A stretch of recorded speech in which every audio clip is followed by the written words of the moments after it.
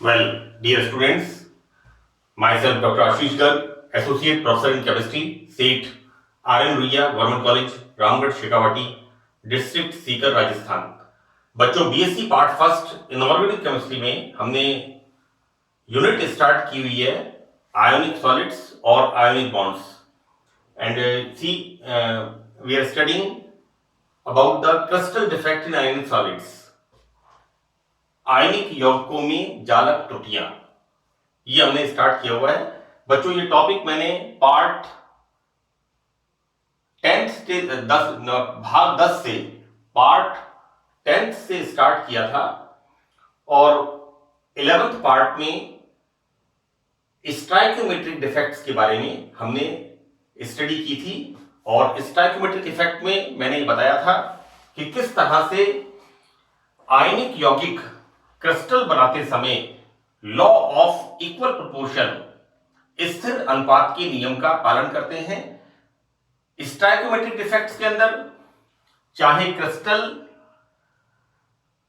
आदर्श crystal हो, एक ideal crystal हो, जैसा कि मैंने आपसे कहा था एब्सोल्यूट जीरो परम शून्य ताप पर, एब्सोल्यूट जीरो टेम्परेचर पर आदर्श क्रिस्टल बनता है। और चाहे क्रिस्टल डिफेक्टिव क्रिस्टल हो, क्रिस्टल जालक त्रुटि युक्त हो, उसके अंदर भी लॉ ऑफ इक्वल प्रोपोर्शन होता है और आयनिक क्रिस्टल अपनी विद्युत उदासीनता को बनाए रखते हैं। Now in this part 12th we start studying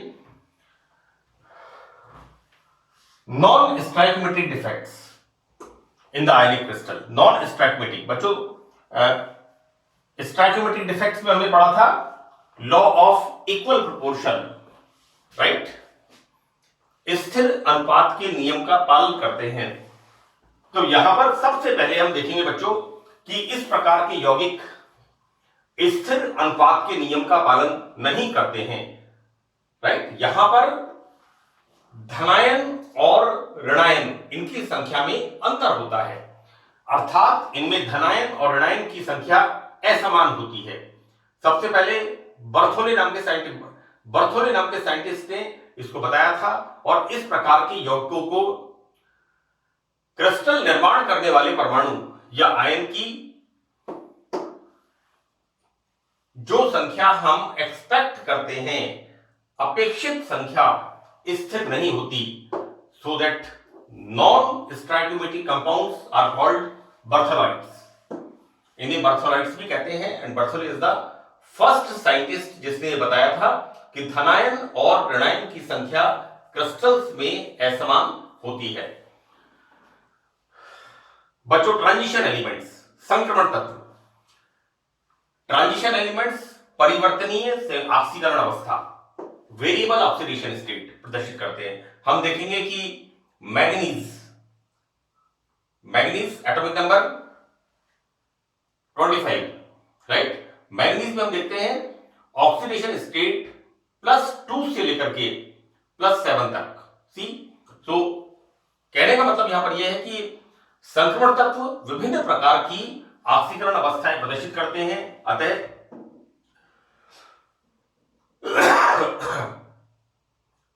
इस प्रकार के यौगिक सामान्यतः संक्रमण धातुओं के बने होते हैं। बच्चों, यहां पर आयरन सल्फाइड,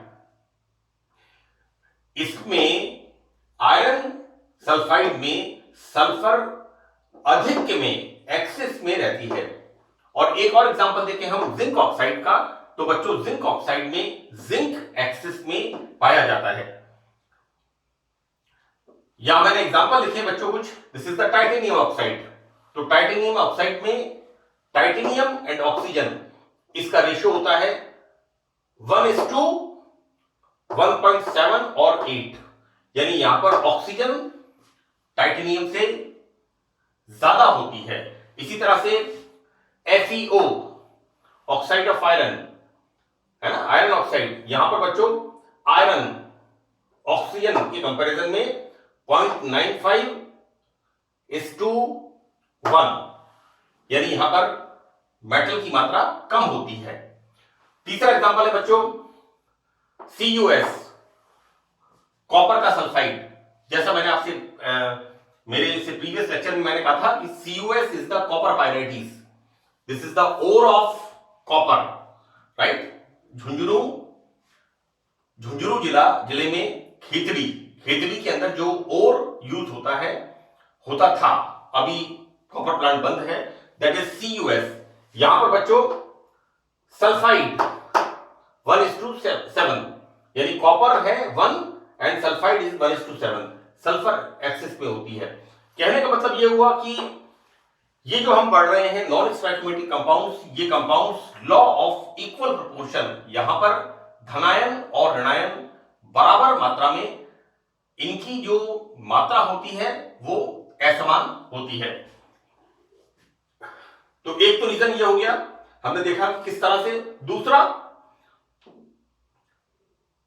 कुछ धातु क्रिस्टलों में परमाणुओं के बीच में जो खाली स्थान होता है, मैंने शॉर्ट के डिफेक्ट स्टोइकोमेट्रिक डिफेक्ट में बताया था कि आयनों के बीच में जो स्पेस होती है दैट इज इंटरस्टिशियल स्पेस, अंतराकाश कहते हैं, में कुछ छोटे आकार के धातु परमाणु जैसे हाइड्रोजन, कार्बन, बच्चों मैं आपको बताऊं, this is the interstitial space, ये जो आयनों के बीच में स्पेस होती है।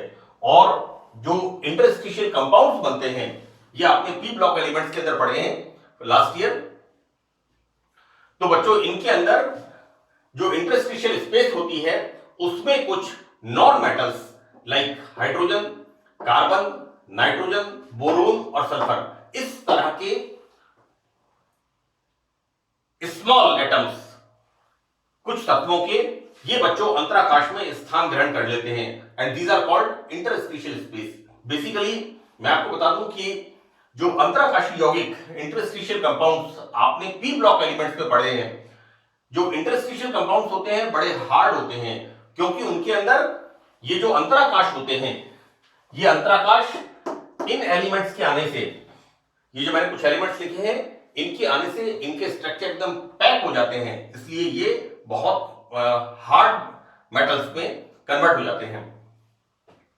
तो बच्चों इस तरह से यहां पर आयनों के बीच में स्थान, जिसे अंतराकाश या इंटरस्टिशियल स्पेस होते हैं, उनमें इनके आने से अंतराकाशीय यौगिक बनते हैं और ये यौगिक नॉन स्टोइकोमेट्री दर्शाते हैं। See this is the vanadium hydride, यहां पर वेनेडियम एंड हाइड्रोजन का ratio, hydrogen is the 0.56 while here cerium hydride, right. यहां पर बच्चों देखिए this is 2.69, here palladium hydride, यहां पर बच्चों पैलेडियम में 0.6 hydrogen. so these are few examples interstitial compounds, अंतराकाशीय यौगिकों के कुछ उदाहरण हैं जिनके आयनों के बीच में जो रिक्त स्थान होते हैं, खाली स्पेस होता है, उनके अंदर ये छोटे आकार के परमाणु स्थान ग्रहण करते हैं। बच्चों reasons of non stoichiometry, right, non stoichiometric compounds के कारण क्या है, नॉन स्टोइकोमेट्री के कारण क्या होते हैं। तो बच्चों इसमें हम देखते हैं कि यौगिकों में नॉन स्टोइकोमेट्री का कारण या तो यहां पर मेटल या नॉन मेटल में से किसी एक का एक्सेस में होना है। देखो बच्चों ऐसा है कि हमने यहां पर देखा ऑक्सीजन, सल्फर, ये क्या है, नॉन मेटल्स, राइट। हम देखते क्या है कि यहां पर या तो नॉन मेटल्स एक्सिस में है या फिर मेटल्स एक्सिस में है, राइट। मतलब यहां पर स्थिर अनुपात का जो नियम है वो उसका पालन नहीं होता, वो डिविएट होता है, उसमें विचलन होता है। तो बच्चों यहां पर ये जो एक्सिस होता है, इसके पीछे दो रीजन है। तो ये आधिक्य दो प्रकार से संभव है। पहला बच्चों देखिए स्मॉल a, मैंने बच्चों क्रिस्टल डिफेक्ट का कंप्लीट पैटर्न, इसमें कहीं किसी प्रकार की कोई कमी नहीं है। Best examples as far as मैंने अपने सारे तजुर्बे को यूज किया है, 3 लेक्चर्स पार्ट 10, 11 एंड 12, मैंने 3 लेक्चर्स के अंदर इनको डाला है और पूरा कंप्लीट इसका मैटर है। और इसका कंप्लीट क्वेश्चंस भी आता है और इसका शॉर्ट नोट के फॉर्म में भी क्वेश्चन आता है ना। आप पिछले क्वेश्चन पेपर उठा के देखिए, मैंने लगभग राजस्थान की सारी यूनिवर्सिटीज को सिलेबस को ध्यान में रख के इनको तैयार किया है। तो बच्चों देखिए किस तरह से मेटल और नॉन मेटल जब एक्सेस में होती हैं, तो ये एक्सेस पहला रीजन किस प्रकार संभव है बच्चों, अधिक के वाले आयन की अंतराकाशीय छिद्रों में उपस्थिति द्वारा, राइट। तो पहला तो ये हो सकता है कि यहां पर जो एक्सिस में है आयन, वो आयनों के बीच में जो खाली स्पेस होती है जिसे हम अंतराकाश कहते हैं, उनके अंदर भी स्थान ग्रहण कर ले, राइट। तो पहला कंडीशन तो यह है कि जालक में आयन यदि अपने नियत स्थान पर तो मिलता ही है, और उसके अलावा लैटिस के अंदर जो इंटरस्टिशियल स्पेस है उसके अंदर भी पाया जाता है, तो वो एक्सिस में होगा। This is the first reason कि राइट। नाउ बी, यहां पर विपरीत आवेशित आयन की निर्धारित स्थान से अनुपस्थिति द्वारा, राइट। अब यहां पर सेकंड रीजन यह हो सकता है कि या तो धनायन या ऋणायन अपने स्थान से अनुपस्थित हो, ऐसी स्थिति में दूसरा आयन एक्सिस में हो जाता है और यहां पर जो रेशो होता है वो बिगड़ जाता है, राइट। या धनायन या ऋणायन का रेशो यहां पर डिस्टर्ब हो जाता है। तो बच्चों यहां पर यदि धनायन या ऋणायन अपने निर्धारित स्थान पर नहीं है, तो क्रमशः धनायन या ऋणायन ऑब्वियसली एक्सिस में होंगे। यदि धनायन नहीं है तो ऋणायन एक्सिस में होगा, और यदि ऋणायन नहीं है तो धनायन एक्सिस में होगा, राइट। तो दो रीजन है कि एक तो कि जो आयन एक्सिस में है वो अपने निश्चित स्थान पर तो है ही। ये मैं आपको एक एग्जांपल बता रहा हूं, ये इसका नहीं है, मैं आपको आगे इसको बताऊंगा कि ये सिर्फ मैं आपको ये बता रहा हूं, ये इसका मतलब क्या है कि जो आयन एक्सिस में है वो अपने निश्चित स्थान में तो है, लेकिन साथ में इनके अंदर भी उपस्थित हो। तो this is the one reason. And second reason कि यहां पर एक आयन, चाहे वो धनायन या ऋणायन, अपने निर्धारित स्थान पर हो ही नहीं, राइट। तो इस प्रकार से ये रेशियो मेटल और नॉन मेटल का, धनायन और ऋणायन का, ये डिस्टर्ब हो जाता है। तो बच्चों देखते हैं हम कि विभिन्न नॉन स्टाइकियोमेट्रीय यौगिकों की कंपोजिशन। नंबर 1, पहला इसमें है बच्चों कि जब मेटल आयन एक्सिस में होते हैं, जब धातु आयन एक्सिस में होते हैं। और दूसरा बच्चों देखिए डी लिखा है इसमें 2 नंबर, ये 1 नंबर है।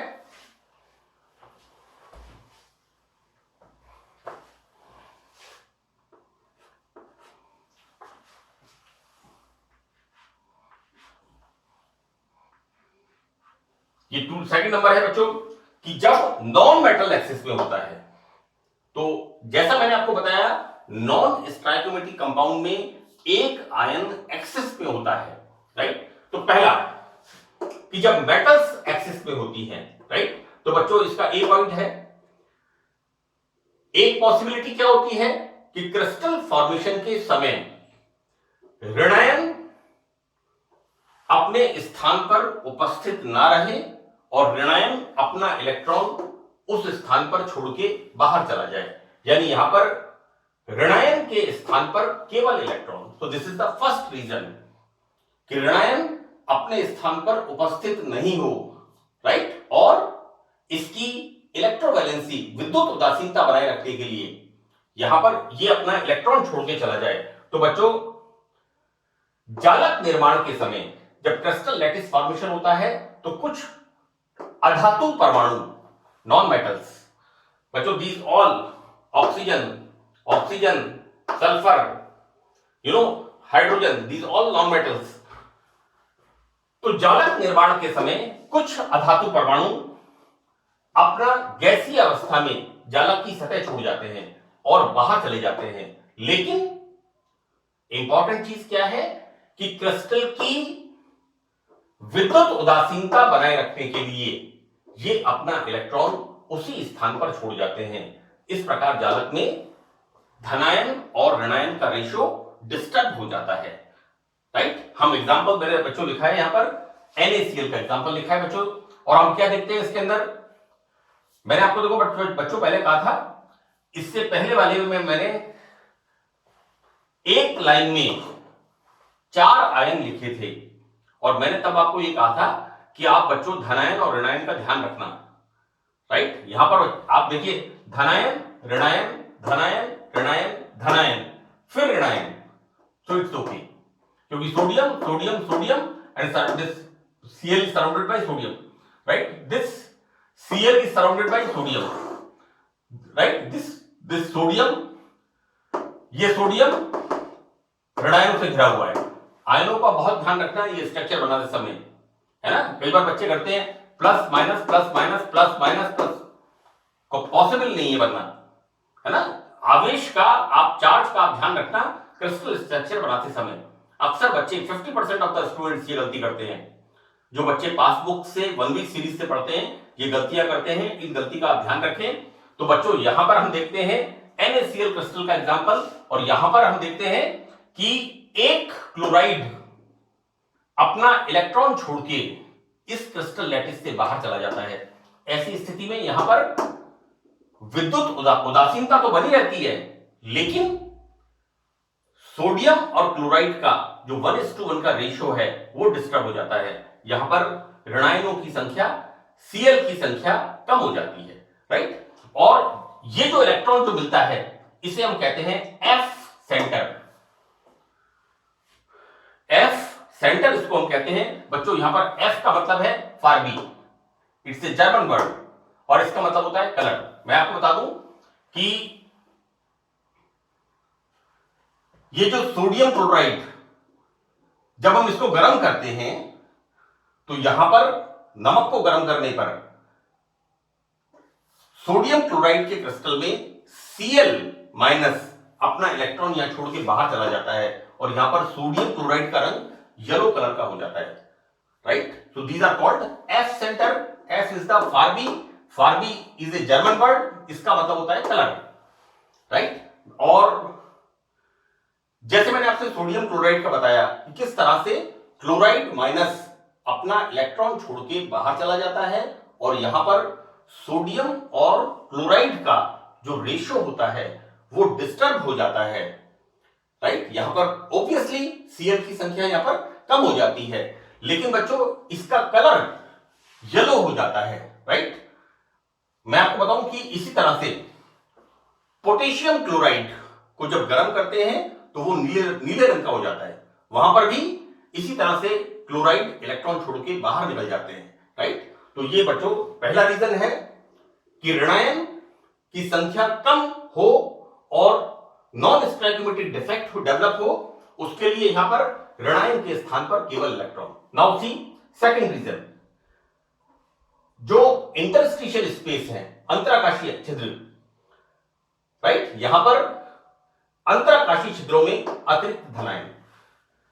देखो बच्चों यहां पर हम देखते हैं Zn2+ जिंक ऑक्साइड का एग्जांपल, राइट। यहां पर Zn2+ O2- Zn2+ O2-।